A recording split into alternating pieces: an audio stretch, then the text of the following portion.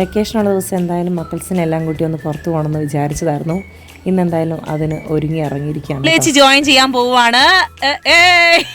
വലിയ ഒരു ഇറങ്ങലൊന്നുമല്ല, ജസ്റ്റ് ഒന്ന് പുറത്തിറങ്ങി ജസ്റ്റ് ഒന്ന് പിള്ളേർ ചിരിച്ച് വരിക, അത്രേ ഉള്ളൂ.